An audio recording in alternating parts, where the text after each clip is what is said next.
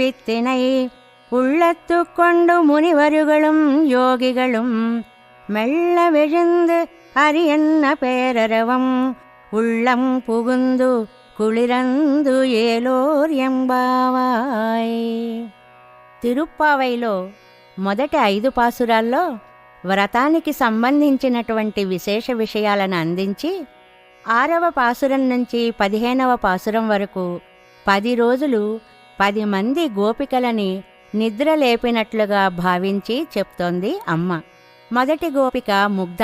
ఆవిడను లేపడానికి కొన్ని గుర్తులు చెప్తున్నారు ఈ పాసురంలో. ఓ అమ్మాయి, పక్షులు ఆహార సంపాదనకి బయలుదేరుతున్నాయి. పక్షిరాజైన గరుడుని మీద స్వామి విష్ణుమూర్తి ఎంత ఆనందంగా విహరిస్తాడు. ఆయన కోవిలలో ఆలయంలో తెల్లని శంఖం పిలుస్తున్నట్లుగా ధ్వనిస్తోంది.